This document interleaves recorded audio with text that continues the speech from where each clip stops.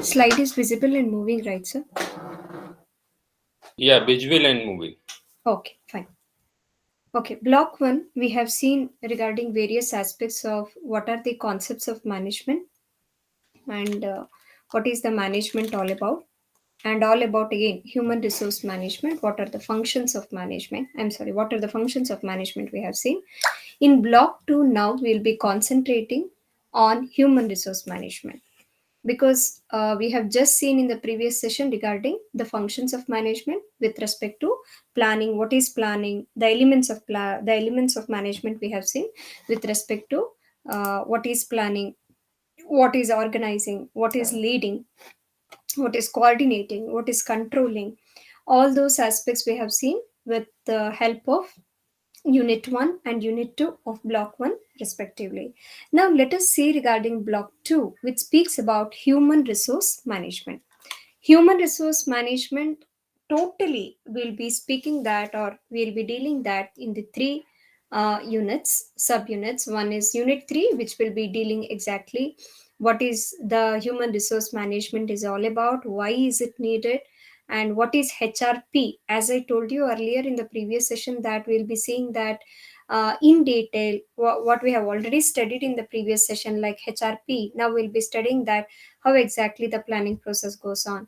We have studied in the previous session that it contains recruitment and selection. Now we'll be studying how does the recruitment process go on, what are the different sources of recruitment, how exactly the selection takes place in an organization, and how the human resource development is actually being done. How the development, what exactly the you mean by do you mean by human resource development? All these aspects we'll be seeing in the whole as a whole in Unit 3, 4, and 5, and Block 2 in particular. Now we'll be concentrating on Unit 3.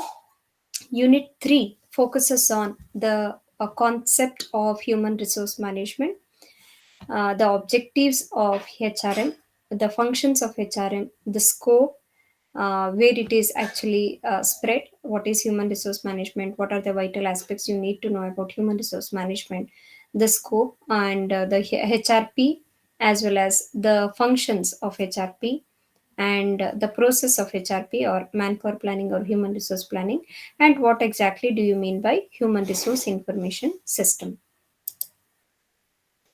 To talk about human resource management, it is all about managing of human resources. Similarly, as we have studied in the previous session regarding what is management, it is as we have seen the definition of F.W. Taylor, the father of scientific management. We have seen that how what is that you have to do is what you are going to plan and see how it is being done with your fellow mates is what is meant by management.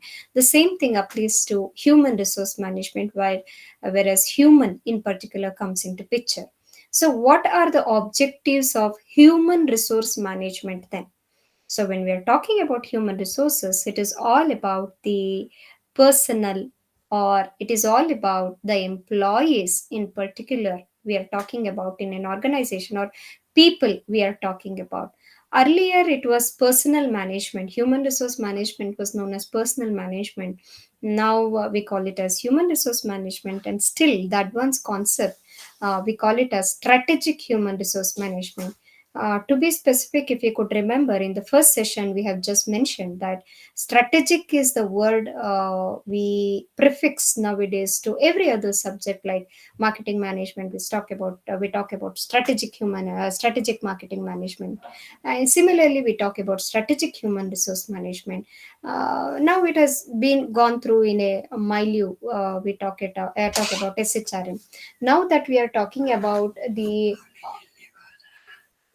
just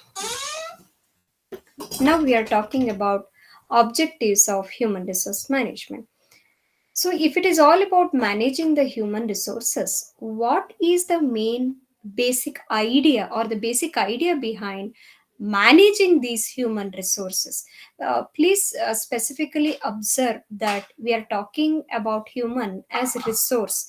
Now, resource does mean to say that they are asset to the organization. Earlier were not the days where the human were being treated as asset of the organization. They were literally being treated as machines. That is what we see in scientific management, where you talk about scientific approach, as we have discussed earlier in the previous session. We have seen regarding scientific approach that is unlikely to be a perspective to talk about behavioral approach. Scientific approach you're seeing as if it is time and motion study. It is like a piecemeal basis rate system. It is unlike the behavioral approach where we are talking about human values and all. It was very unlikely. Now we are talking human, we are giving a suffix as resource. Resource does definitely mean to say asset. So human is being treated as asset, but again it is a challenging in nature. As we have discussed early in the morning, like it is very difficult and complicated. Next session will be still more interesting because we'll be talking about how does the behavioral pattern of human. We'll be talking much about the organizational behavioral perspective. So before going into that session, let us understand what exactly HRM does mean to say and how do you manage this effectively. So HRM, the objectives of managing this human resources is that to attain individual development. Basically, any of the individual working in an organization has to be developed. Why they have to be developed? Because to attain the management objectives itself, to attain the organizational objectives itself. However, the basic objective being the individual development or the self development of the personnel who are working in the organization to mold the human resources effectively. You are seeing that the human resources are being, they are heterogeneous in nature. Many a times you don't find a particular behavior in the organization which is absolutely homogeneous. You find that in the working organization everybody behaves differently and their behavior are completely different. You can't find like-minded people all along in any of the organization. So you see that the while you are managing these human resources, you are molding them, you are mending them, you're helping them to be coordinate in an effective manner and make the availability or the usage of the human resources more effectively and efficiently. And the third objective being establishing desirable working relationship. Now when we use the word desirable, desirable in the sense that which is very convenient for the organization as well. So in order to establish the a fruitful relationship, working relationship, we are talking about formal working relationship. In order to achieve that, between whom do we expect? Between the employer and the employee, or even between the groups of the employees that they are working in the organization. So to establish that kind of desirable relationship, working relationship, we have this human resource management. And satisfaction of the workers, so that they are freely ready, as we have discussed in the earlier session, in the morning session, that having the satisfaction of the workers is definitely a very difficult task. If you are having effective human resource management, if you are able to manage your human resources effectively, then you can ensure the satisfaction of the workers also. So that is the main behind, or the idea behind, that to ensure the satisfaction of the workers, you have been set with the objectives of HRM also. To improve the service rendered by the enterprise to the society as well, and to increase the to have through the employee morale, or to have more efficient individual and group performance, you need HRM. Productive and self-respecting relationship. Nonetheless, we have already said through desirable working relationship. So also we are now telling that to establish and maintain a productive and self-respecting relationship. Productive relationship is very much necessary. It is not that once the job is over, it is being done. It has to be progressive in nature, it has to be productive in nature every time, so that the HRM takes you to the lane where you are into productive and you are always having the pace of self respecting relationship.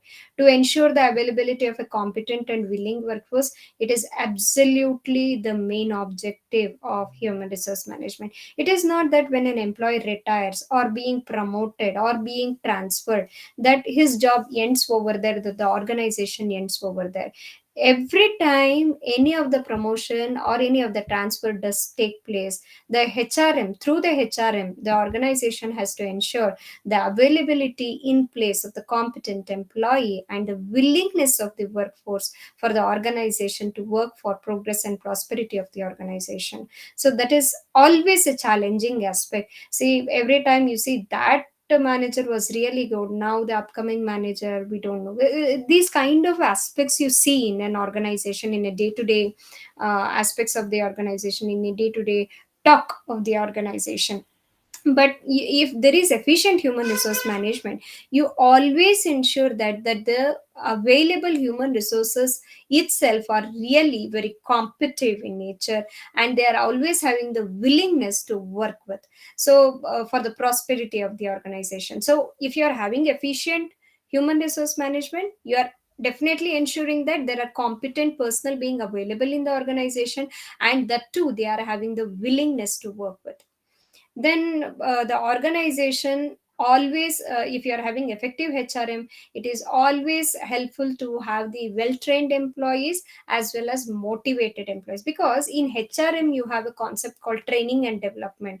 So through training and development, it is not only that you are maintaining the well trained employees, but also motivated employees in particular, and high morale of the employees is being maintained, good human relations of the worker and the organization is being maintained. All these aspects, in order to have a big and fruitful picture, you need to have the human resource management. So these are the objectives of having the HRM, or human resource management. So what is that the functions of HRM are in particular? We are talking about human resource management. We have seen what are the objectives of human resource management. Now let us talk regarding what are the functions of human resource management. Anyhow, let me specifically tell you that we'll be studying in detail when we are talking about procurement of manpower. Example, we'll be talking about that in detail in human resource planning. When you're talking about training and development, we'll be talking exactly what are the different types of training and development that are available for human resources in detail in an organization. But anyhow, let's one by one see regarding what are the procurement of what are the functions of human resource management. To start with, the procurement of manpower, development of manpower, compensation, integration, maintenance, separation. All these are the functions of human resource management. Now, let us talk about procurement of manpower. Procurement means what?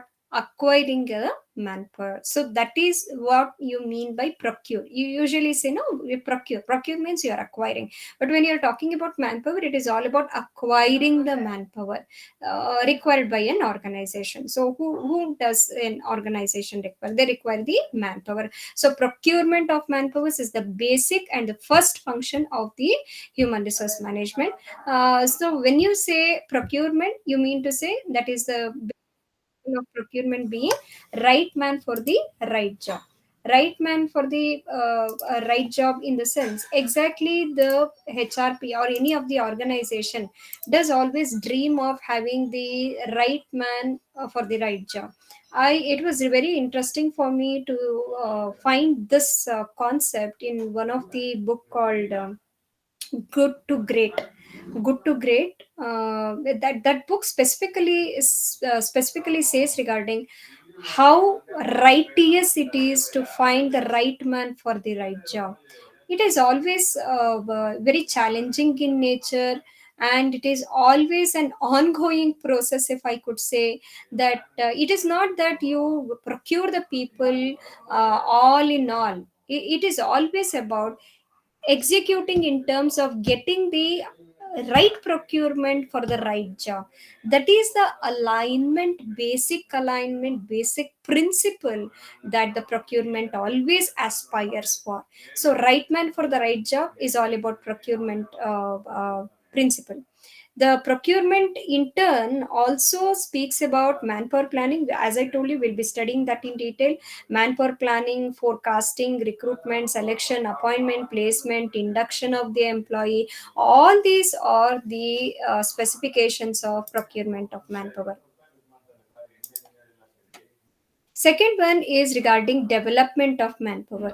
Development of manpower in the sense, as the job itself says, as the word itself says, it is all about developing in nature. Now, when you say developing, it is how the development or the progression takes place of a human. How does the progression take place of the employee? That is through training programs for all the categories of the employees. How, what are the things that you are going to inculcate? You're going to inculcate new skills, the qualities that are required for that particular job. So human resource management is not only about procurement, but how are you going to make them develop through acquiring the new skills. So that is development. So manpower development is possible through training, career development programs. How, and not simply by giving wages. So development doesn't mean to say that you're giving a high salary to the employees or hiring them for the higher jobs with higher payment. No, it's not like that. It is all about how effectively you're training them, how effectively they can plan their career in the progressively in the career ladder of the organization. So very important. The forthcoming uh, just a second.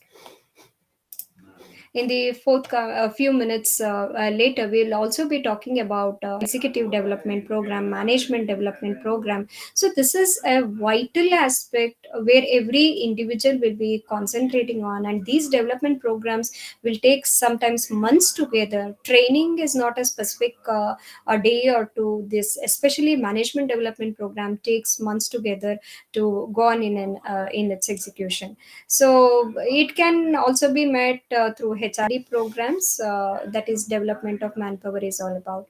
The third function of human resource management is all about compensation to a manpower employed. Compensation, definitely it is required. After all, everybody will be definitely working for the compensation for the services that they are rendering, whatever the monetary aspects, that is definitely a motivating factor for the any of the employee as well. And equity basis is what everybody will be expecting. That also we'll be studying in detail in the forthcoming I mean in this session in another few minutes. Like equity, equal pay should be paid equal for the equal work.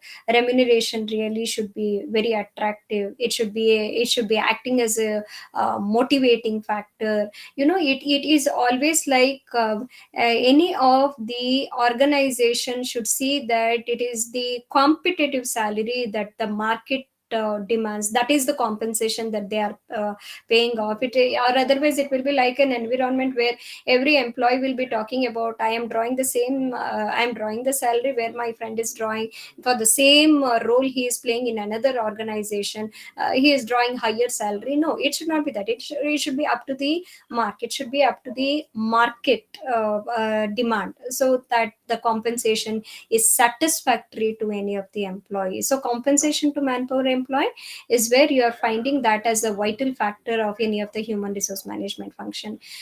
Integration of manpower, say every employee is interested in higher profits. That is from organization point of view. From where you are talking about, we are talking here about two aspects. One is from organization point of view, one is from your personal point of view or individual point of view or employee point of view.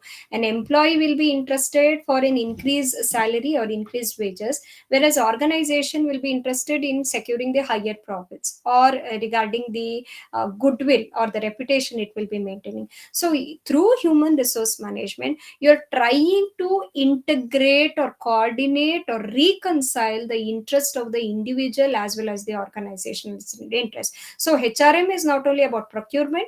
HRM is not only about development, it is not only about compensation, but you're trying to integrate the manpower. And maintenance and retention of the manpower, I definitely believe that Nowadays it is really very very challenging in nature to maintain the human resources.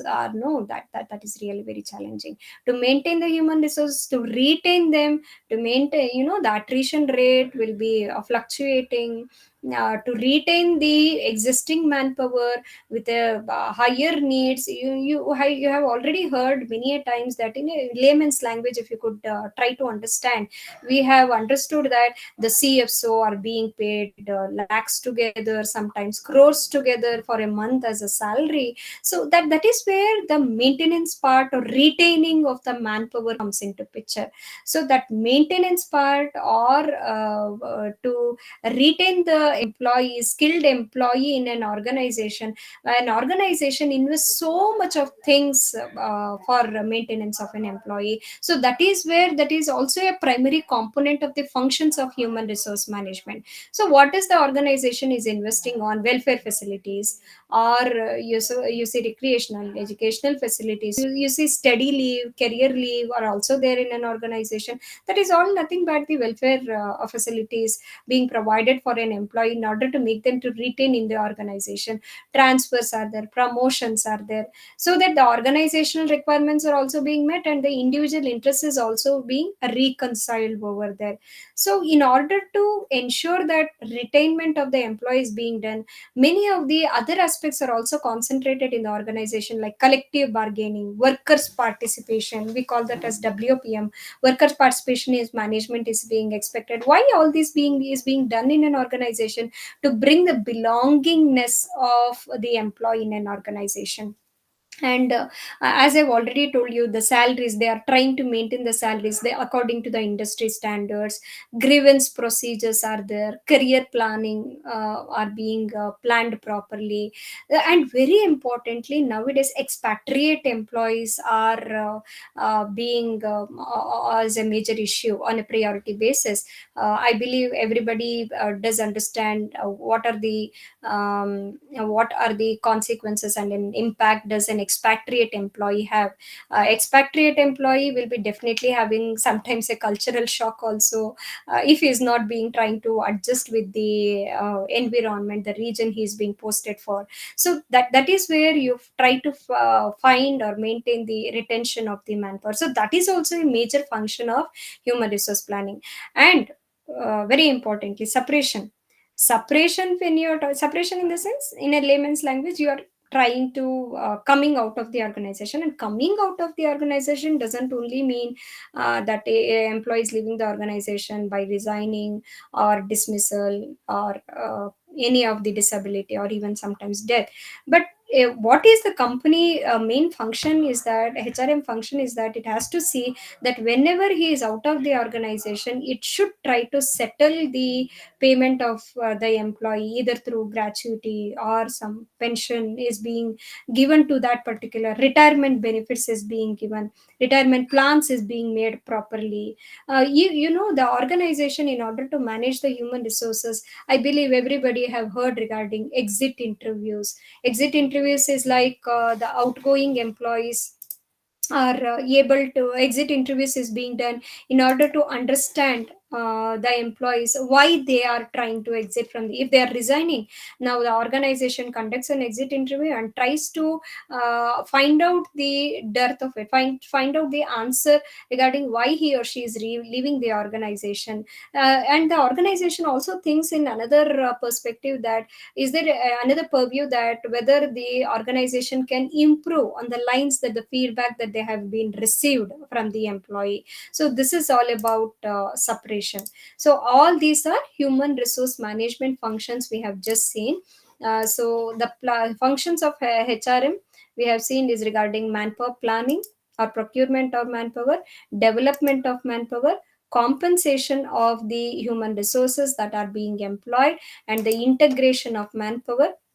Integration, that means reconciling both the organization and the individual perspective, maintaining them, which is very challenging task, retaining of the employee, as well as separation, that means the retirement after then what they are going to do.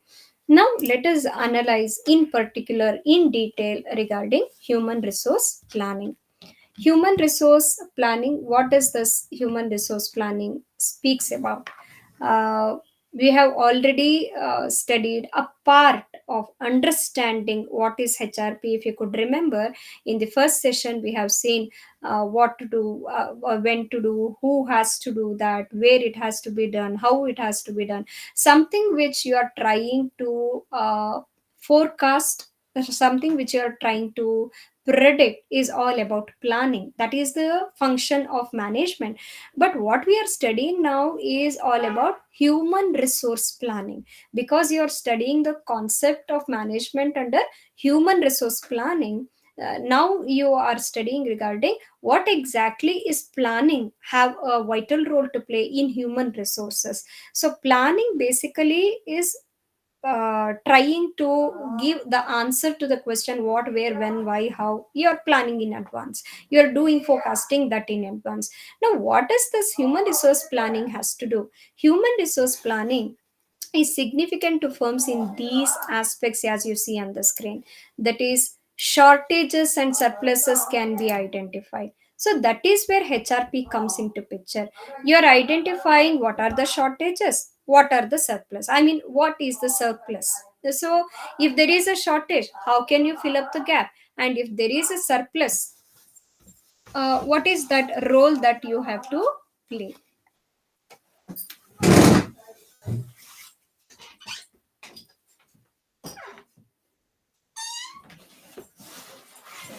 The second one is regarding recruitment and selection programs based on the manpower planning.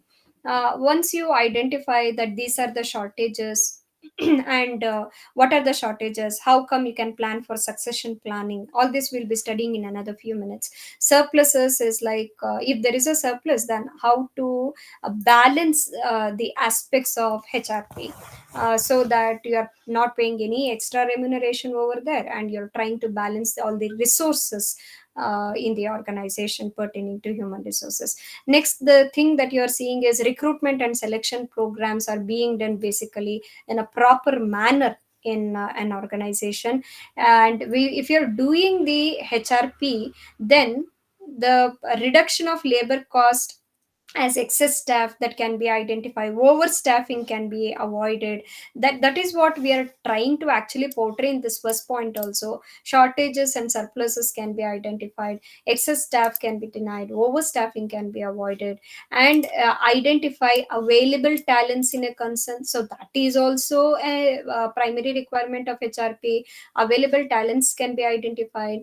Training can be, if there are something is lacking, then training can be given to those particular employees. It helps in growth and diversification of the business also. That means if the resources are very nicely available, readily available, they can be utilized in a best manner. See, an organization sees that these number of employees are really skilled, then I can plan for the betterment of an organization through diversifying my business, through developing my business, through progressive way of my business, through the growth opportunities of the business. So that if a proper HRP is planned, then diversification of the business is also a particular aspect that the business can be concentrating on. It helps the organization to realize the importance of manpower management also.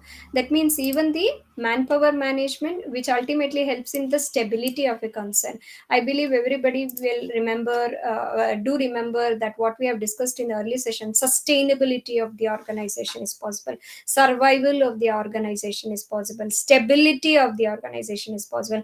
More up and downs is not really expected. So stabilization is the thing, the constancy is the thing that any of the organization does need, and that is really possible through the human resource planning. So what is this HRP?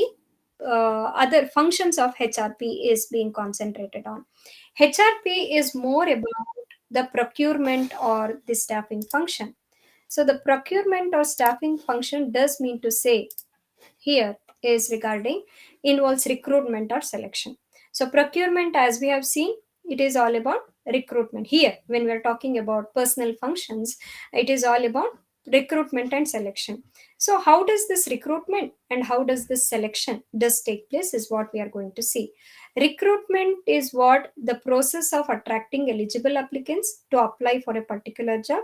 Selection process starts after. So always we say, dear learners, that recruitment is a positive process and selection is a negative process.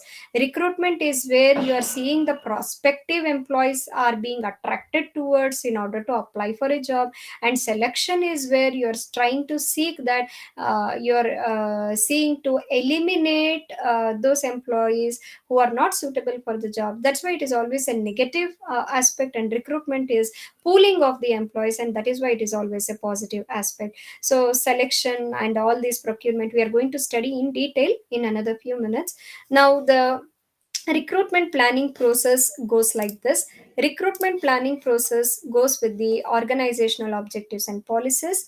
You are seeing job description. This we have seen in the early session, morning session, that what is job description, what is job specification. You are collecting the aspects regarding that. Channels of communication you are able to develop, then evaluate those channels of communication. Say the recruitment is possible to what kind of source. As I specifically am trying to tell you that we are going to study in detail. Anyhow, let me tell you what does that mean in this particular minute. The development of channel of communication, in the sense communication is how you communicate for the prospective employees via how we are communicating. Probably that might be through the print media or through any of the advertisement, through various other channels. So development of channels, evaluation of channels, choice of channels of communication, then you're trying to implement that, then you're having a control over the planning process. The second aspect regarding procurement is selection of the planning process. This anyhow we'll be studying detail. Anyhow, for this minute, let us see how the planning process for selection is going to be done. You're going to set up some testable media or test papers to suit the job requirements. Which is the type of interview? There are various kinds of interview that can be a deciding factor, prominent factor. That might be structured interview, unstructured interview, panel interview, stress interview. You're going to determine what kind of interviews that you're going to do. Then you're going to determine the dates for that, specifically on which date you have to walk in for the organization. Interview panel you are trying to set up. You are going to scrutinize the application criteria. Then you are going to set up the criteria. Then you are going to scrutinize the application based on the set criteria. Call letters you are going to send for the eligible candidates. Then you are conducting the test, then interview, then deciding, then issue of appointment letter. As I am specifically telling you, we are going to study in detail, but just analyze that this is how the procurement as the initiating factor of the planning function does start. The planning of personnel function starts with procurement or staffing function. The staffing function always speaks about recruitment and selection. And what is the source of recruitment and selection? What is the mode we have seen just now? The second one is regarding compensating planning. The first one is regarding procurement, and the second one is regarding compensating. Compensating planning is like the compensate, as I've already told you, it is like how you are making the salary, or how you are compensating the that you need to plan for the prospective employees. Salaries will definitely change from job to job, or the type of job. It primarily depends on the type of job. Say for example, a job that the skill that is required for a supervisor is different from that of a procurement manager is different, from that of a general manager is different. So it is quite evident that the job will change from one particular aspect to another, from grade to grade also. So proper planning is definitely essential, or otherwise if the compensation is not in proper, then definitely the satisfaction of the employee will not be there. And how are you doing the compensation planning then? So planning is absolutely required here. First do the salary survey. whoever is fixing the salary or the remuneration, they have to do exactly what is the salary that has to be given. They have to do the survey, that means in the other competitive organization or in the market, what is that they are offering to for this kind of job, for this kind of job description, for this kind of job specification. So what is that salary survey they have to do, then they have to evaluate, then similar job with the group wise they have to grade it. They have to group it and then fix the salary for each grade. So this is how the compensation planning is being done. And the third aspect is regarding the training and development. This also we'll be studying in another few minutes in detail. However, training and development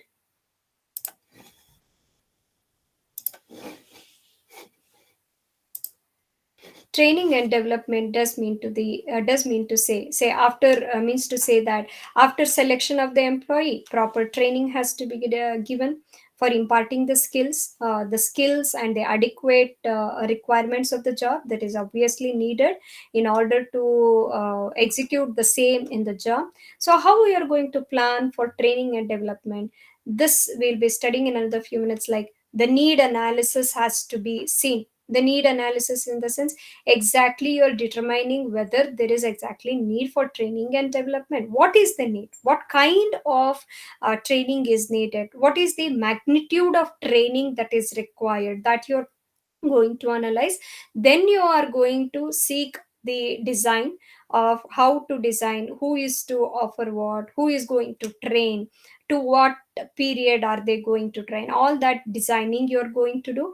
Then you're going to implement. See, once you are planning, then you're going to execute it through the implementation process. And very very importantly, as I believe everybody know that every process requires a feedback, same case is here also, which requires the evaluation of the effectiveness. Any training for that matter, it is always better to take the evaluation process. Evaluation can be done in either terms, say you can attain, get the feedback, and also see whether after the training program the impact is positive or negative, whether it has been productively deployed or not. That also you can assess through the training after the training program is being done. Integration, as we have seen already, the integration is definitely needed. The integration in the aspect of the organizational objective as well as individual objective is being done. Say, but the integration like organizational objectives, how about the knowledge work systems you have in the organization, functional department objectives, and all this has to be aligned. What we are trying to see this through the chart is all this has to be aligned properly. Aligning job with functional departmental objectives. Then you have to start with the job interview. Then you have to align with the appointment, job rotation, transfer, talent management. All these are a part of integrating process, so that the individual integration as well as organizational integration has to go hand in hand. And maintenance is yet another function of HRP, where, as I've already told you, that it is a definitely a challenging process. The organization invests lot of money in procurement, training them, compensating them, developing them, integrations.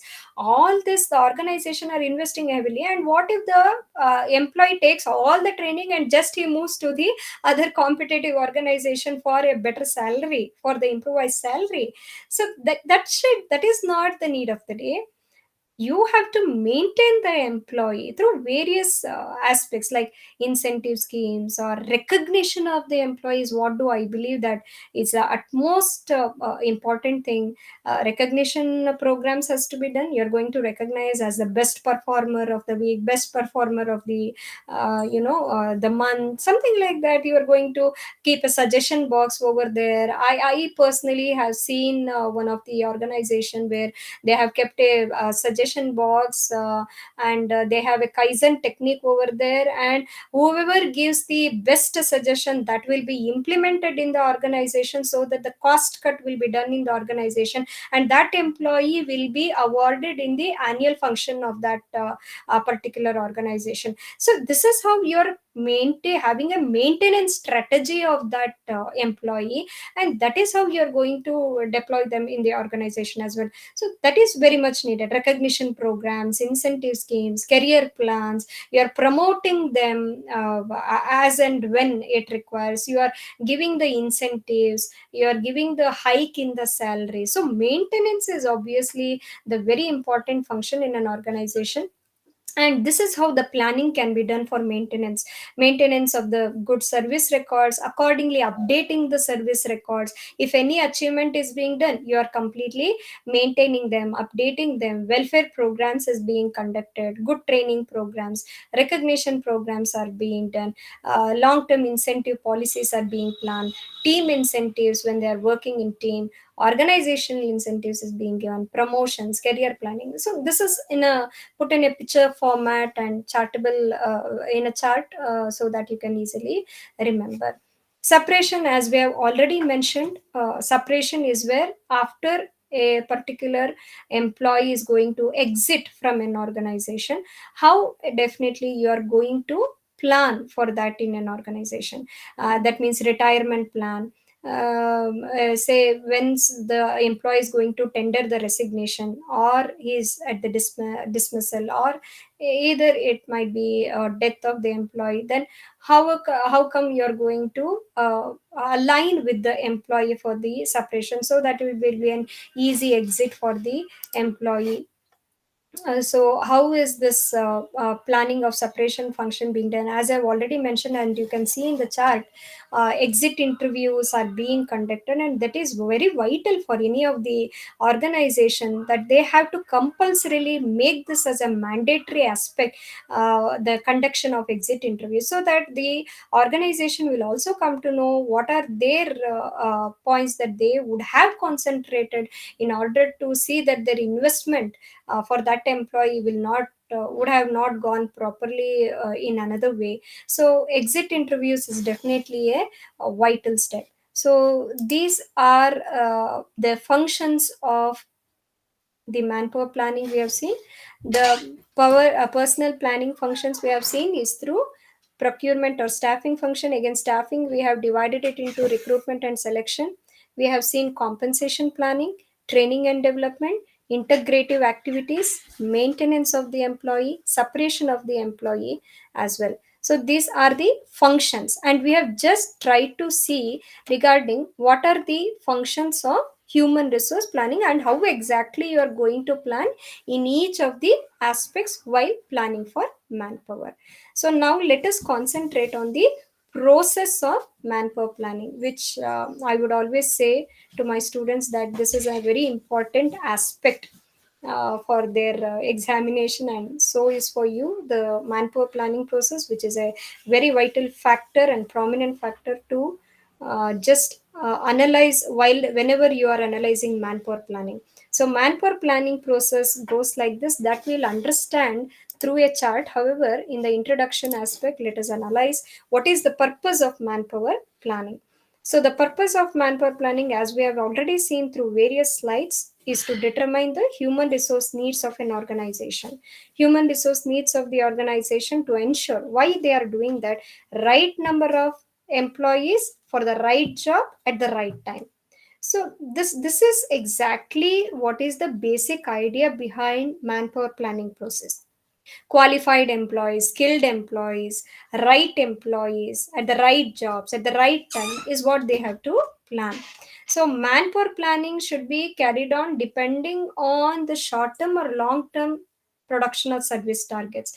That means you're planning, that might be for a short term objective, that might be for a long term objectives. See, hiring on a contractual basis is different. Hiring for an employee for a long term delivery in the managerial position is different. So on what basis are you planning? Is it for the short term or is it for the long term? That also should be identified, which exactly gives the direction and purpose of the human resource. So manpower planning, we can understand it better and in a detailed manner through this particular chart. What is the first step that you're going to do?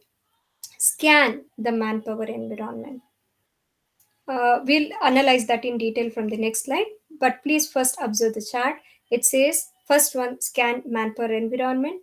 Organizational objectives and policies has to be given a second thought.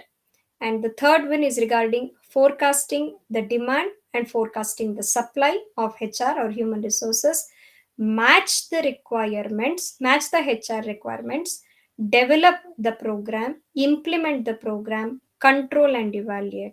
If it is surplus, when you're forecasting, you give the hiring or voluntary retirement scheme or just give them a layoff. If it is shortage, then again you go on with the process of recruitment and selection. Just remember, we have just seen how the recruitment and selection process has to be conducted. Now let us analyze one by one. Scanning manpower requirements.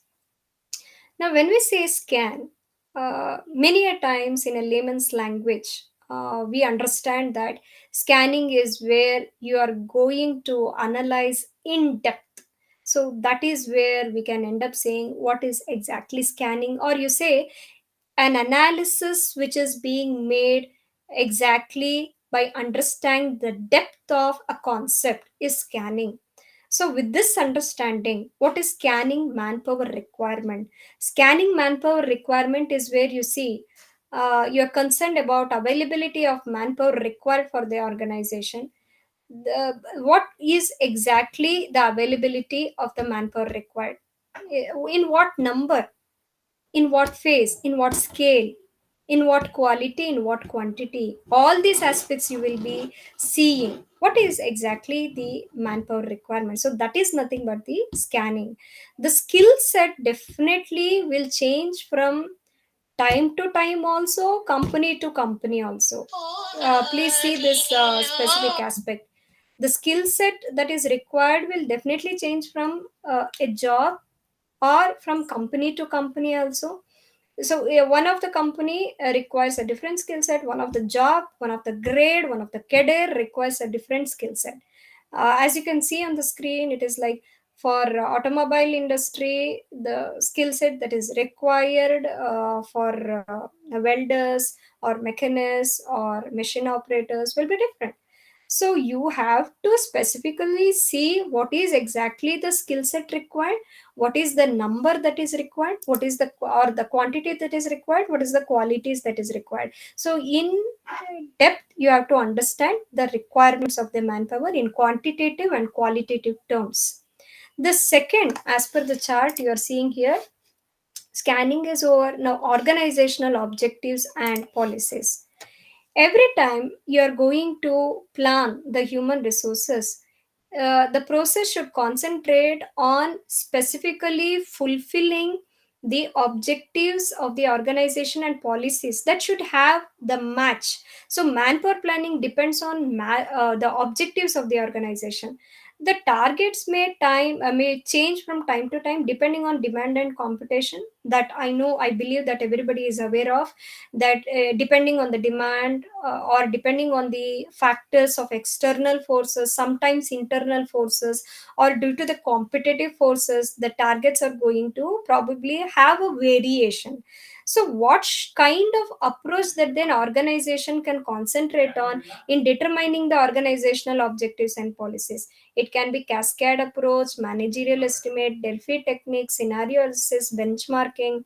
No, what does that mean? Cascade approach. Cascade approach is like objective setting process designed to involve and all levels of management in the organizational planning process. So that is cascading. That means objective setting process where your designed to involve all levels of management, all levels of management in the sense the top level, middle level, as the lower level of management.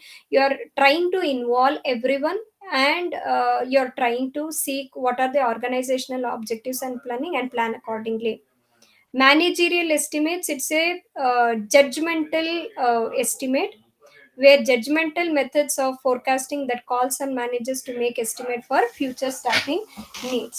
Delphi technique is yet another technique where again judgmental method is being applied over here.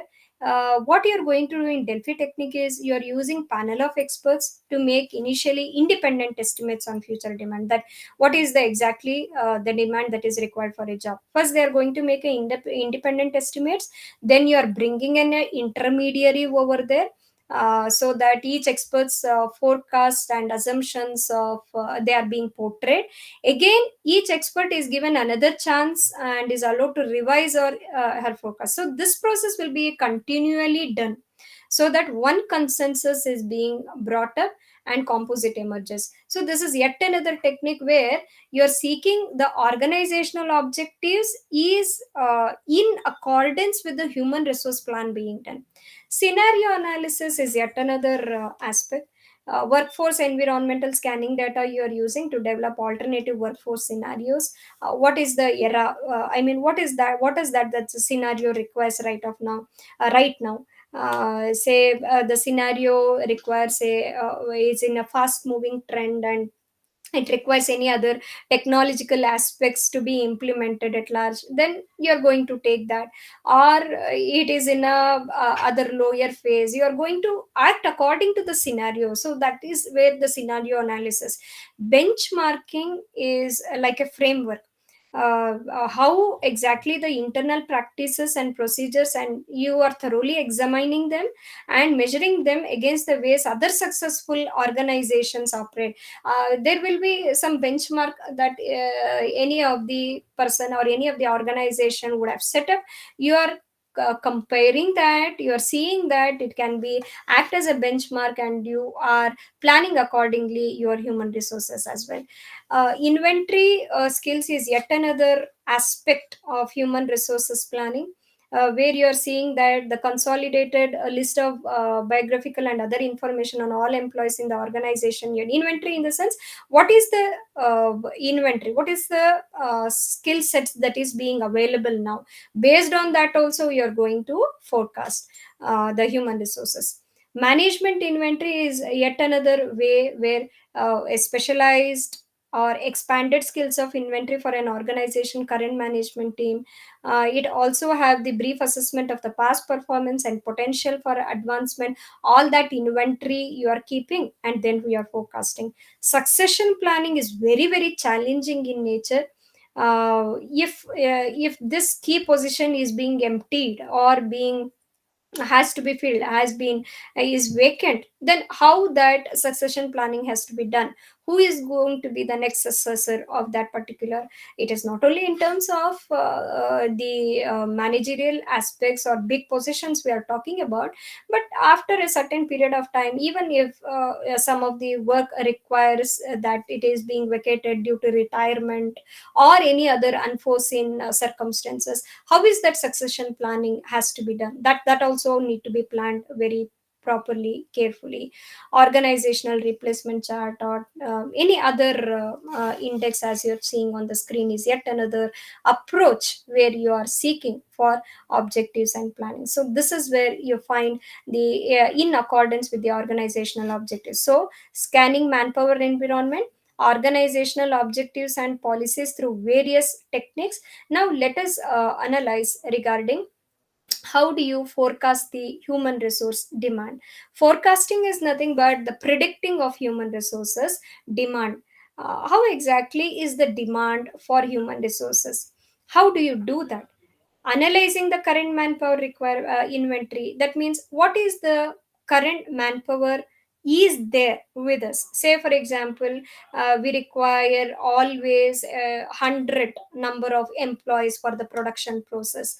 And how do you forecast that within that 100 number of employees, some of 20 of them are going to retire in another few years. So how are you analyzing that? What is the current manpower inventory now? We are having 100. So making future manpower forecast. Future we require in the same phase. Say for production, we always required 100 n number. The quantity is always 100. So if 20% of them are going to retire in another few years, then how are you going to seek that future manpower forecast? You're going to future see in the future that in the near future this is exact number that we want. So you're going to make the future determine the wastage. Wastage we are talking about in terms of resignation or any in case of death or in case of dismissal. If wastage is for certain, that means resignations is for certain, 1 or 2% we can definitely, or that might be, even that may vary, death might be there, or dismissal, or any of the retirement as such, resignations as such, dismissal as such. So how you are going to forecast what might be the wastage in this tenure. Then you are going to waitlist this is really a very hectic aspect. You are going to see what is the number of waitlist of the candidates, trade wise in the sense, again, your job wise. And again, you're calculating the additional requirement, like future requirement plus wastage minus waitlist. So all this will give you the HR demand. What is the forecast of the HR demand? Then after demand, you are going to also see supply. What is the HR supply that you are going to have? Now, how are you going to have HR supply? Supply is like the number and kind of employees that will be required in future. So how the human resources will be supplied time to time? How will you be able to procure them? How you will be able to get them into the job? So sources of such procurement has to be decided. Yeah, how are you going to get this information? Either from you are going to seek this HR supply from various sources of data, various kinds of data that are available, that is within the organization and outside the organization. After making allowance of absenteeism, internal movements that will be often taking place in the organization through the promotion, or through other conditions of work also. So how do you forecast? There are various technique, as we have seen various other techniques in objectives of planning for objectives of the organization. Similarly, we can see the techniques of manpower forecast. You have expert forecast, again Delphi technique and all other things you can have an impact here, or being worked here. Or trend analysis is yet another measure. Workload analysis, what we do in each of the department, that also is a very good tool in order to forecast. Workforce analysis, or any other such method which you think that is really very worthiness to implement with. So that is where you forecast the HR supply and develop the HR program. After you forecast, now it is up to you to develop the HR program in the sense you are designing a program. How come the recruitment is going to take place? How come the selection is going to take place? Whether you are putting them internally or whether you are taking from external. So that should be balanced, the vacancy should be balanced. So in that case you are going to develop. And it is not only you are going to design, but you are going to implement it, is what matters a lot. So we are probably always good in designing and planning, but implementation parts plays a major role. But this implementation has to take place through recruitment, selection, placement, or through training and development, or through retraining also sometimes, retention plan, and even downsizing the surplus employees, downsizing the trimming the labor. You see nowadays every software companies, after this pandemic, and even after certain days of pandemic also, the trimming of labor force is naturally happening in a global level. You see Twitter, and all those organizations are definitely doing this trimming of labor forces in a very eventual manner. So this downsizing is an act of the day nowadays in many of the IT companies. So how are you going to plan that? So that is where the implementation part of HR program also comes into play, which is actually and obviously challenges in nature. And at the last part, it is control and evaluate. Every plan you are going to do for compensation, every plan you are going to do for recruitment and selection, every plan you are going to do for training and development, every design you are going to do and you have implemented it. After the implementation, it is very necessary to evaluate the program and control the implementation as well. If there is a, again, surplus manpower, how can you control? How can you control that? You can ask the employees to go for a voluntary retirement, and such is the case where you can control the manpower as well. If there is a shortage, then definitely you can go with the organizations that can implement following programs independently or collectively. If there is a shortage, how can you fill that gap? If there is a surplus, how can you deceive that? So this is where you can seek the control and evaluation program being done. And that is what we have learned right now. We have learned regarding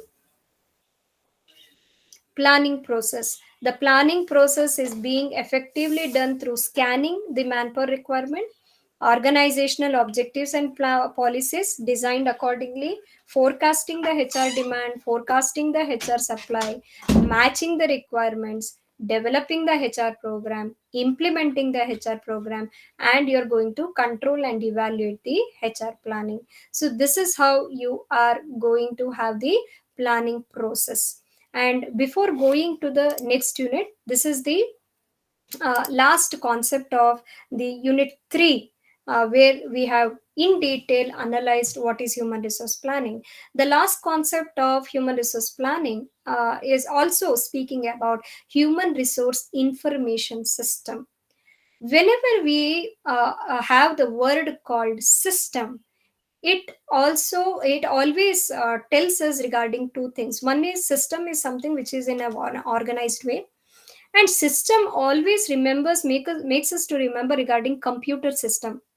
The computer system is where you see that it is where the system is trying to manage and collect various details of the employees in a data form.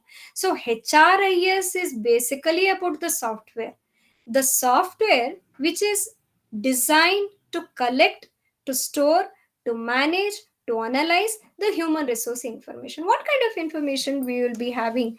It will always about human resource information, in the sense the employee data. What is the employee data? The employee data, which starts with the name of the employee, the ID of the employee, the salary he is drawing, each and every kith and kin of the information of the employee is being stored over there. And HRAS, you can also say that it is a centralized repository of data of all employees, whether personal information or being professional. Personal, we don't mean to say that it is too personal, but personal, the general demographic details, if you could say, or the personal profile, if you could say, the personal information regarding what is his salary, where is he residing, or I mean to say the domicile, or what about his family, all those aspects, personal education level, qualification, professional information, you mean to say what are the training that he has undergone in the organization, what is the grade, what is the career, when he entered into the organization, what was his designation, now what is his designation. All these information is being centralized or being stored in a repository of data of all the employees in a system, that is HRIS. So it includes all the information, whether it is related to organizational structure, that will help the organization to have the pathway or facilitate the way for accountability for organizational functionality. um, Employment management data, again, as I said, it is regarding salary, remuneration, qualification, compensation, leave, especially absentees when he was not there in the organization, promotional details, everything. So HRIS always helps in reducing the redundancies and supporting the decision making aspects. Say, as and when you are going to update in the system, that definitely helps in reducing the redundancies and helps to faster the decision aspects regarding a particular employee that you are interested to take to. So that is where HRIS is always being helpful. And time and labor management is possible through HRIS. Payroll functions is definitely possible. And interface of employees, retention of the employees, perform, everything is possible through this integrated system, that is human resource information system. So this is all about the HRIS, and this is all about the unit 3, that is human resource management and planning. We have seen all these aspects from the unit 3 point of view.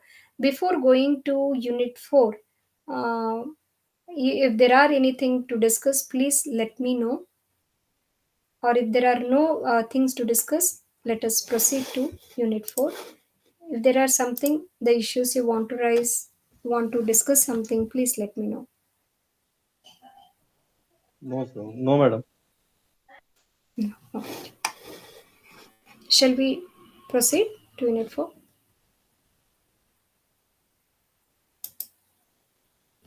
Okay.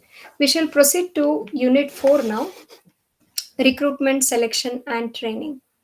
Now, planning was something which was some sort of technical in nature, because all those techniques we have seen, Delphi technique we have seen, so much of these things were being involved.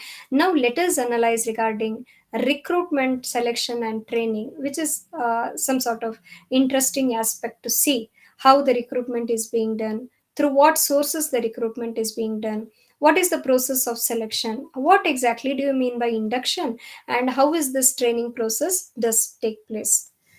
As I've already told you, recruitment is a pool of candidates.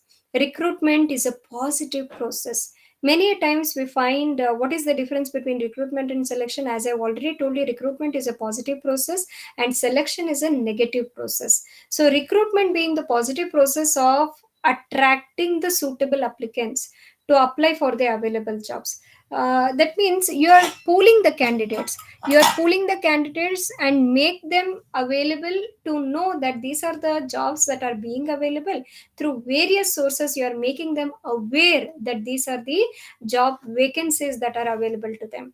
So it is a process where you can also say searching the candidates and stimulating them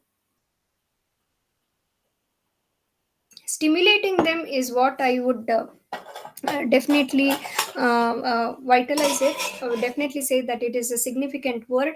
Stimulating them to apply for the job, in the sense you are motivating them to apply for the job. You're urging them, you're making, creating an urge to apply for the job, for the vacancies being created. So that is where you find stimulating them to apply for the job. And it is where recruitment you find both from the internal and external sources. Well, talking about internal sources of recruitment, so whoever is there working in the organization, I mean to say the current employees, they will definitely act as a good pool of candidates for the vacancies in the organization. How do the internal search of the organization? Probably they will be putting that on the notice board. They'll be telling that these are the internal requirements we need for the organization. They will not be focusing externally, they'll not be advertising it externally. So they'll be putting it on the notice board within the organization, or through memos they will be circulating, they'll be putting a notice, or through circulatory notes, or they may would have advertised in the in-house employee magazine or bulletins, handouts, etc. And word of mouth acts as a very good. Actually, we have this kind of word of mouth being acting as an accelerator in marketing aspects. But this is where it is also an import being portrayed as important tool here. Word of mouth is definitely a very important aspect in the internal source. So this is how sources, where do you find internally within an organization as a recruitment, we find as these are the methods. And when you are talking about external source, of course we have many of the external sources. And according to a particular philosopher, they say that these are the different external sources of recruitment. When you're talking about direct and indirect methods, direct methods is where you find the campus recruitment. You find in most of the colleges, they go directly and do a campus recruitment. Or even you can go for casual applicant in the sense, I believe everybody know about casual applicants, that you go on to that particular organization and you casually apply. If there are any vacancy, let them call by thyself. That is where you are having the involvement of direct method. And this kind of direct method is suitable for the cadres, like skilled, semi-skilled, unskilled prospective employees. This is on a short notice also, and this is cost effective also. So this is a really good cost effective. It is not as if you're putting an advertisement and you're spending heavily on advertisement. It is not that, but it is cost effective as well. When you're talking about indirect methods, it is like advertisement or the associations, or through professional associations, or through reputed firms, consultancies, where you are going there, and you are seeking the indirect source for attracting applications for filling up job vacancies for them. If you're talking about advertisement, it might be through radio, or through television, or through newspaper, print media, websites, job portals. Naukri.com you see, timesjobs.com you see, monster you see, or now we are also talking about Indeed. You're also talking about the other methods. I'm not getting that, but that is where you find normally with the LinkedIn is also one of the other source also. That kind of indirect method also you are trying to build in. And proper design of advertisement will definitely help to encourage the proper persons to be filled with, because when you're advertising itself, that will be actually the screening level. There only you can decide whether that job is applicable to that particular individual or not. So proper design of the advertisement is the utmost need while giving the advertisement. And even many of the industry associations, in any meetings, if you are able to acquire the professional talent, then that would be a source of indirect method. Third party method is yet another source, according to those philosophers. They say employment exchanges, private consultancy agencies, and this kind of third party methods is usually for lower level technical sales, clerical staff, office staff. All these particular aspects will come under third party methods, and this is definitely having so many advantages. The faster recruiting cycle is there.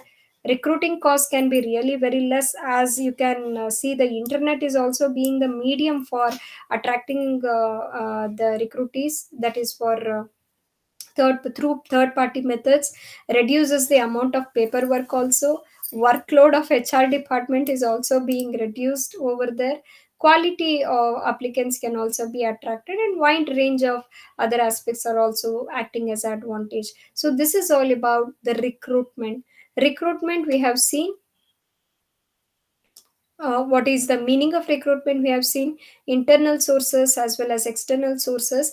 Internal sources we have seen regarding the bulletins, or through the shop supervisors themselves, memos being circulated through them, advertising through the internal magazines or bulletins or handouts, and word of mouth.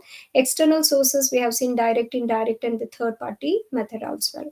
Now let us concentrate on selection process. Selection process also says that appointing the right person for the right job at the right time at the right place. But if you could please remember, as I told you, recruitment is a I mean, positive process, and selection is a negative process. While pooling of the candidates is being done through the recruitment, selection of the candidates demands that many of the candidates who are not suitable is being removed then and there. So selection, how does this technique take place? It is through screening of applicants or grades, application blank, group discussion, tests, interviews, reference checks, physical examination, final. Many of this chart will definitely speak regarding how exactly the selection process takes place. I'm going to discuss on two important aspects here. One is employment test as well as interview method. Employment test is where, why do you do this trade test or employment test? To measure the proficiency and skill already acquired by the candidate, that skill which is already there in the candidate, and what is the proficiency level that the candidate is supposed to have. Because if you know the proficiency, then you can think on whether the training is needed, what is the level of training which is required in order to bridge the gap between the organizational needs and the individual needs. All these can be determined only through an instrument of employment test. So various kinds of tests are being done. Psychological tests are the best judges of psychological behavior, and the psychological test may be intelligence test, IQ test you're doing, interest test you're doing, achievement test, aptitude test, personality test you're doing, uh, many kind of such tests. I mean, it is a part of interview. However, intelligent test, interest test, achievement test. What is the achievement in a particular qualification? Say, if he is a graduate, then what is the achievement he has done? I mean, interest test, you are giving them, for example, for a post of a lecturer, you are calling them and you are asking them to give a demo, and you can there assess the level of interest that they are portraying on. The intelligence test as well, you can give them the IQ test, the aptitude test, and the personality test. All these kind of tests you are doing to measure the proficiency of that particular candidate, and see what is the level of proficiency in that particular aspect. Interview is where you are seeing various kinds of interview is being there. Say you have preliminary interview, you have structured interview, you have unstructured interview, final interview. Many a times probably you might have heard, or you yourself would have experienced that interview process. I am going to the final round, that will be HR round. I have done with this first round interview. I have been selected for the second round of interview. All this you have heard of. So what is that interview process then?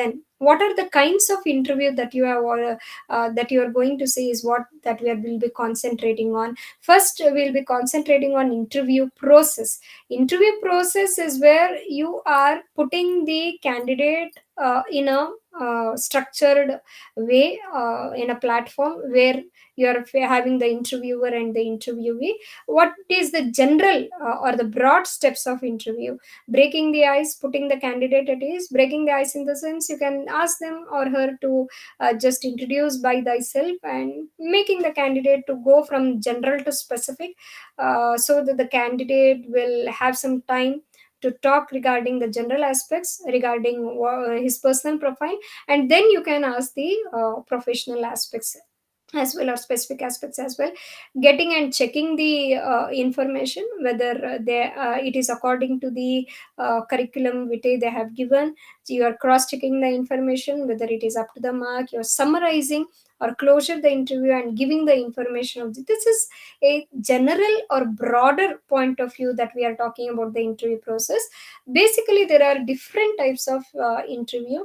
It is not unanimously that you are following every type of interview in every organization.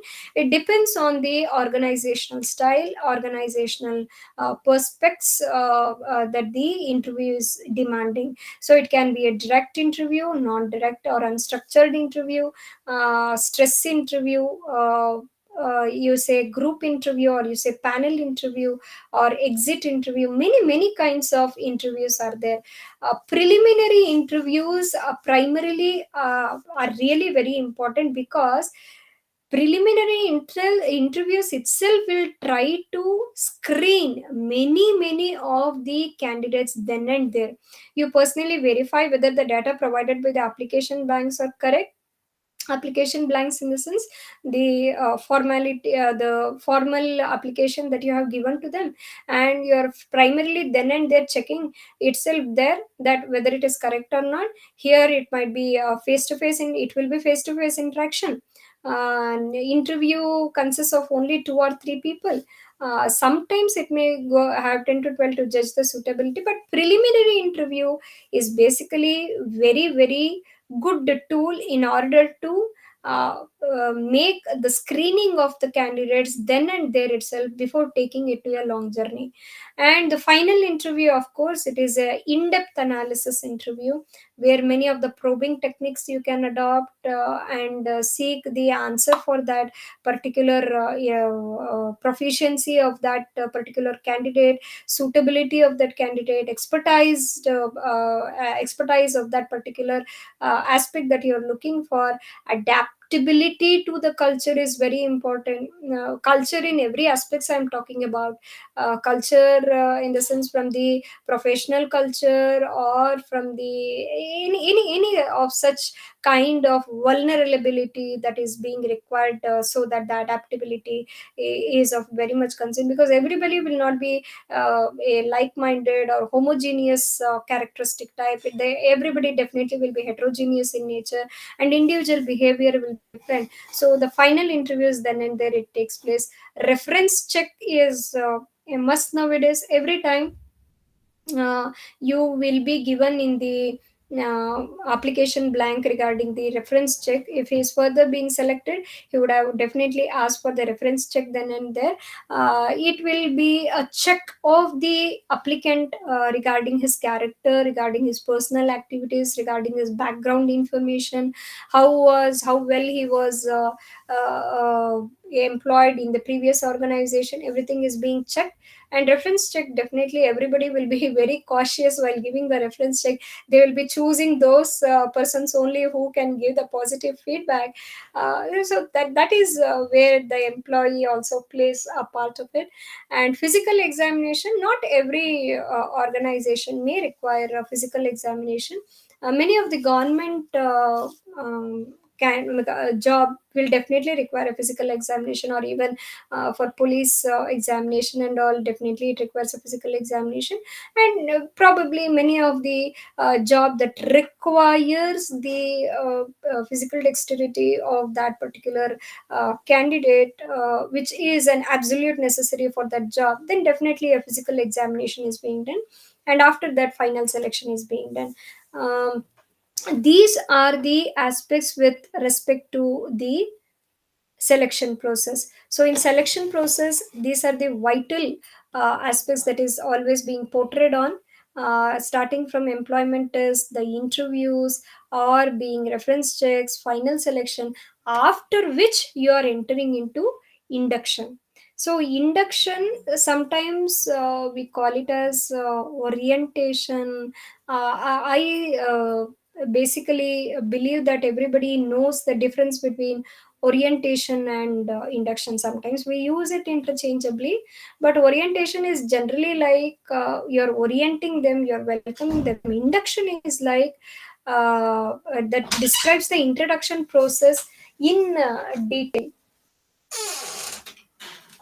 A well planned introduction helps new employees to become operationally quickly and often integrated with a new company and the environment. Normally, it may take up to 3 days or 1 week, or sometimes 6 months. So we generally call it as onboarding. So induction will definitely put the candidate at ease in an organization. And the next one is regarding training and development. uh, Training and development is absolutely necessary. And why it is necessary, we are trying to focus on the point regarding what is this training and development in this process, and what is the process of training, which absolutely is most vital aspect of our current session, the training process. Training and development is absolutely needed. Why? To increase the efficiency, to make the accidents are really common. That's why we call it as accident. That means it may not happen, voluntarily, or it may not happen like obviously it has to happen. Fewer accidents are very common in any of the organization, but an effective training can definitely reduce this accident, reduce the damage, reduce the dissatisfaction, reduce the complaints of the employee. So effective training can make a fewer accidents, meeting the manpower requirements.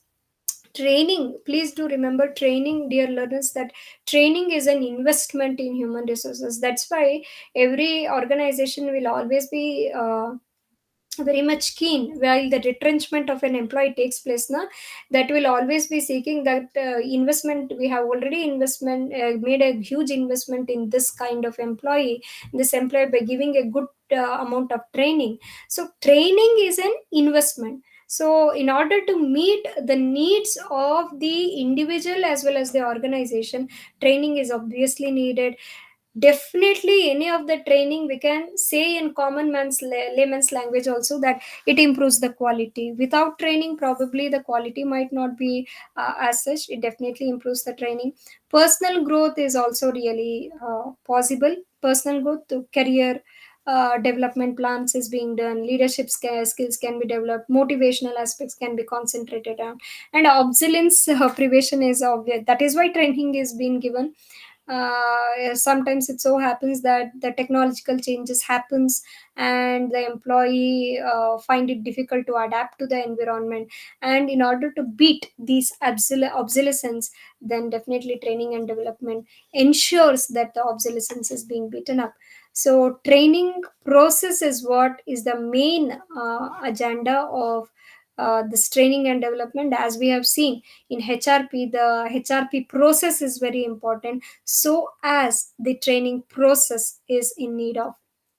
So training process is where you find these criterias being met. There are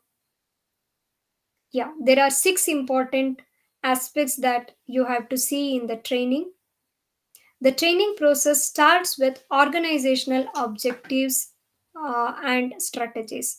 So, the first step in designing the training process is that assessment of its objectives and strategies. Please concentrate when you say assessment of its objectives and strategies. That means what is the objective of the training? What are the strategies you need in order to deploy the employees in the training? At what level is the quality expected, whether it is related to product or service? At what level is the employees training caliber, I mean the caliber of the employee is to be improved? To what extent is it the requirement is needed? That has to be assessed first. Where do we want to take them up in the near future? What are their strengths and weakness? All these aspects has to be reviewed properly before going to the proper aspects of organizational objectives. That is where you are going to determine in the initial stage the organizational objectives, and then you are going to assess the training needs. That means you're going to assess what kind of resources we have, what are the amount that we can that you can put into, what is the need of the training. All this needs to be assessed. This can be assessed in both factors, I mean both formats. One is individual format. So individual format, when you say from the employee point of view, if that skill is really lagging in me in the from the employee point of view, or I'm falling short with some standards that is adequately required, that is the skill is really absent. From individual point, that need assessment is being done. From group point of view also, say for example an organization wants to introduce some new scheme in the organization, some new kind of production in the organization, new kind of products in the organization. So the group also needs the training. So what is the need assessment then? Is it from the individual point of view, is it from the group point of view? That has to be assessed. Then training goals has to be established. Training goals in the sense that that is to be assessed. I mean, once the training needs to be assessed or needs being assessed, the training developmental goals should be very clear. That means, if the training has been given, then this is what he is expected to do. That clarity should be given through setting of the goals then and there. Say if you were, as the very good example has been given in the slide, the successful trainee will be expected to type 55 words per minute within 2 or 3 pages after the training has been given. So that is the expectation. That means the goals will be given a good clarity the before the training has been really begun. Devising the training development program, you have to decide on several aspects. Who are the trainees? So trainees can be based within the organization. Self nomination can be also be a platform for many of the employees to portray their skills. Recommendations of the supervisor or the HR department itself can plan regarding that. So that is also yet another way. And you have to decide regarding who are the trainees, who are the trainers, what methods and techniques to use, when to conduct the program, where to conduct the program, what is the level of training required, what are the principles of learning. All these are the very, very basic aspects that any of the training and development programs needs to be focus on. Any of the training programs should see who are the trainees, like is it from internal, it is from HR department itself, or you are going to hire from the external faculties, from the consultants. Then who are the trainers, who are the trainees, first of all, that has to be specifically said. Methods like inbound training, or of the method of the job training, in the job training, of the job training. What are the in the job in basket training, simulation training, many methods are there in the training and developmental programs. Developmental programs is for the managerial aspect. What techniques should I apply there? Whether it is on the job training, then what is the cost that is being involved, what methods and techniques, level of training, to what an extent, what is the level that has to be assessed, and what is the level of training that should be imparted, and principles of learning, when to conduct and where to conduct. All these are the primary aspects that any of the trainers should always be focusing on while assessing the training needs. And implementation of the program, as I have already specified it so many times, that designing the program is not exactly the ultimate plan, but implementation of the program is absolutely the very crucial part. Implementation of the program, once the program has been designed, it needs to be implemented. Most managers are action oriented and frequently say they are too busy in engaging the training efforts. Many problems does come like this, like they are too busy, or availability of trainers might be a problem, or scheduling training around the present work is yet another problem. That means while giving on the job training, it is yet another problem. Many such kind of technical problems, personal problems, organizational problems, the management problems does arise, and they have to seek that how to address these problems and proceed as well. At last, evaluation of the training and development programs is being done. Evaluation, as I've said earlier, please make a point, everyone, that evaluation has to be done. A training is being given, then the evaluation is very much necessary, because then and there only you will come to know whether the training and development program being given is effective or not, or otherwise it becomes a mere waste. So you seek that the evaluation is being done, a feedback is properly taken, and whether they have been improvised in the training or not, all this has to be clear set, it has to be seen. And this is all regarding training and development. Another aspect that we have to at last we are concentrating in this unit is regarding internal mobility. Internal mobility is where you are seeking the movement of the employee from one particular role to another role. That might be through the transfer, promotion, etc. So when you say transfer, it is regarding movement of an employee from one job to another on same occupational level. So when you say promotion, it is an advancement. I believe that everybody does know about this. So this is all about internal mobility. And employee separation, we have already focused so many times on employee separation, that might be through resignation or might be through termination. So these are the aspects we have seen in this particular Unit 4 regarding recruitment, internal and external sources, selection process, techniques of selection, induction, training, objectives of the training and development, the process of training, and internal mobility. At last, we will be focusing on human resource development. Human resource development is a progressive aspect of the where the HR should always end upon.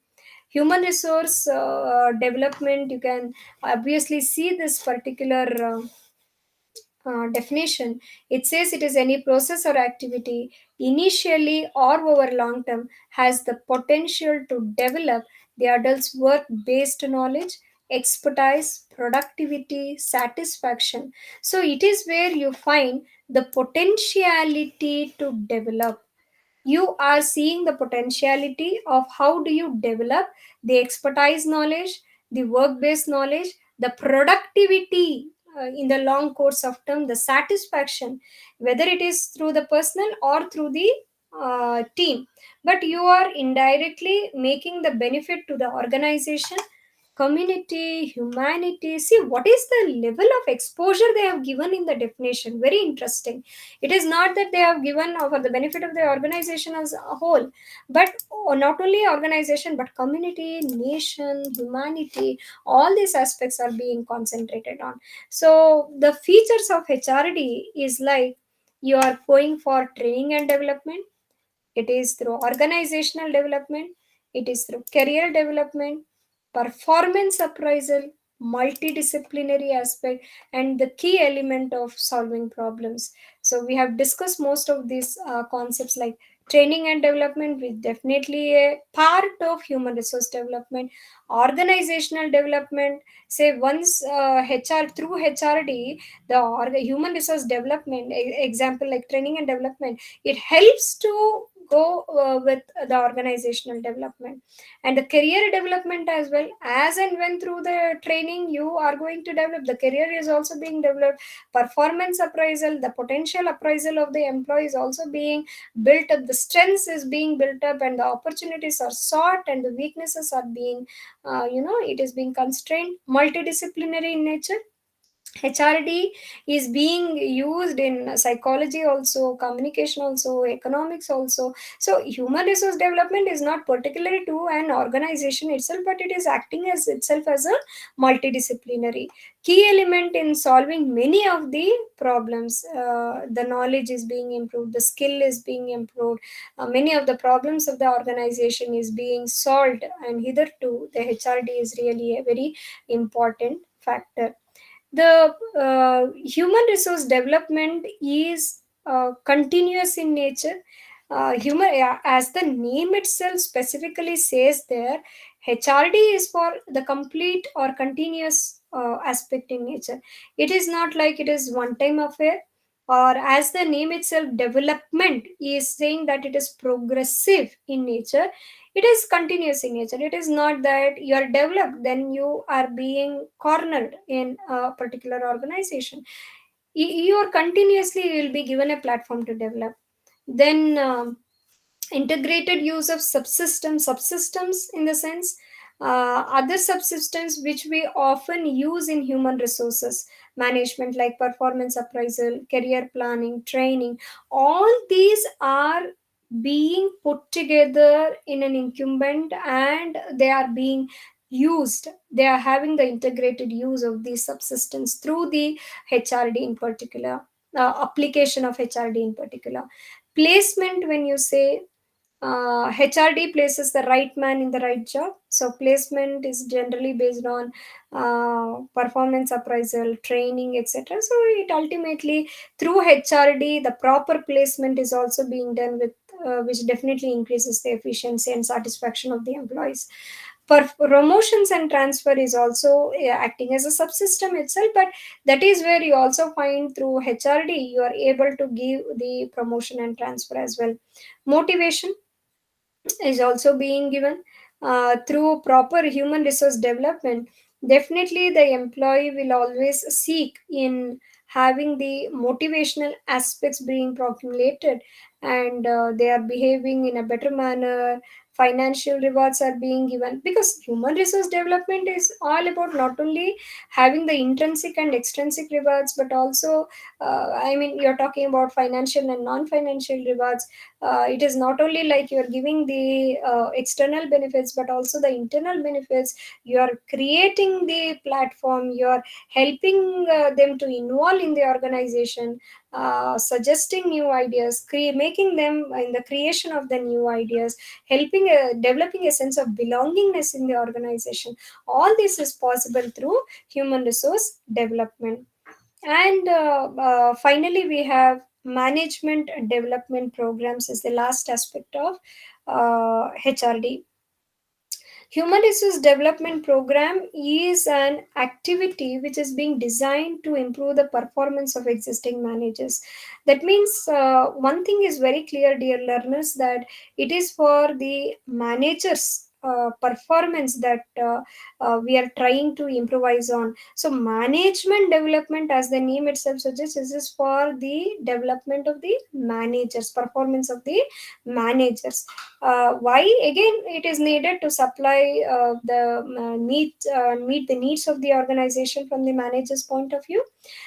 Basically, it is concentrating on three resource areas. One is the knowledge, skills, and teaching abilities, and experience, expertise, and resources, and trainee himself. So, management development programs is basically revolving around these resourceful areas. So, the management development program is having two important stages. One is making decisions, and the other one is regarding implementing these particular decisions. When you're saying making decisions, it is a strategic activity. Again, if you could remember, strategic activity, where you can see that many of the activities which requires a strategic aspect, strategic decision to be concentrated on, that is being implemented on. Usually it is a policy decision making activity. These decisions, which can be based on corporate plan or manpower plan, learning process, understanding this, and assessment of the strengths, weakness, and needs, or regarding the knowledge of the resource available, or a clear understanding of the desired objectives. So it is all about the policy decision making, for which you are taking the aspect of management development. So management development is all about making the decisions in these perspectives and implementing this decision in the sense, whatever the decisions that has been made, how come you are breaking that through the operational decision, motivating and controlling them, coordinating, especially coordinating is really important. So management development is all about having two issues to be addressed.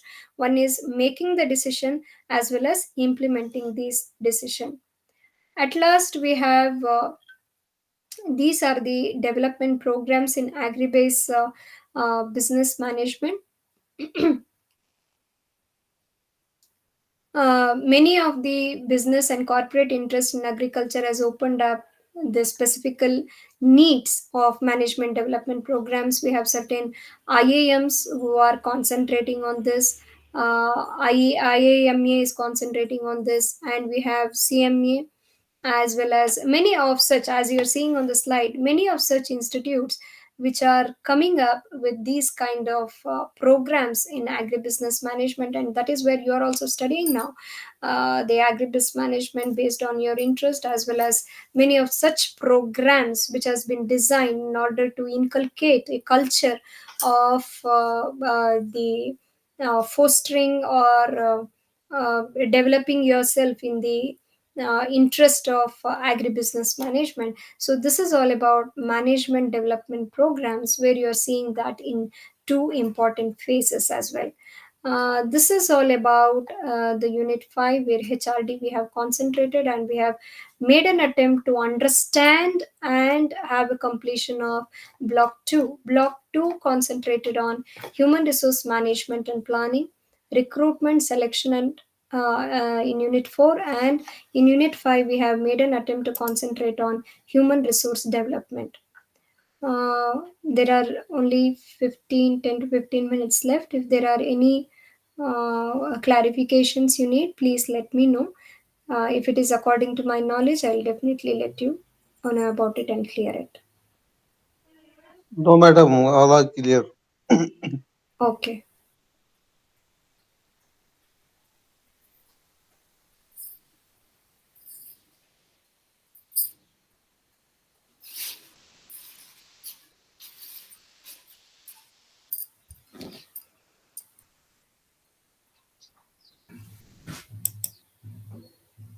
Okay, can we meet at 2 o'clock for the next session? Yeah, yeah, definitely, Madam, next madam. session you have. Next session we have at 2 o'clock. Okay, Okay, okay, madam. madam. Okay, madam. Fine. Okay, Fine. madam. Thank you. Thank you, Okay. thank you. Thank you. Thank you. Thank you.